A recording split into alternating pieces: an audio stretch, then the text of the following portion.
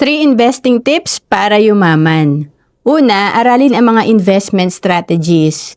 May tinatawag na diversification. Ibig sabihin, wag mo ilalagay yung investment mo sa isang investment vehicle lang or itataya natin ng lahat ng pera natin sa isang investment vehicle lang. Pwede tayong mag-invest sa negosyo, sa real estate, sa mutual fund or stocks, at syempre dapat meron din tayong investment sa healthcare at insurance.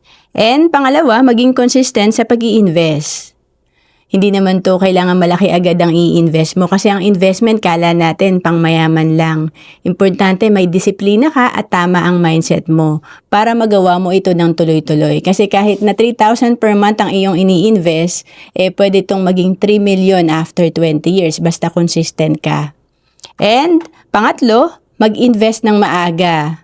Importante kasi na yung time natin, pinapahalagahan natin. At sa investment, ganun din. Importante ang pera, pero importante rin yung nagsimula tayo ng maaga. Kahit na 1,000 pesos per month, after 20 years, ito ay pwedeng maging 1 million.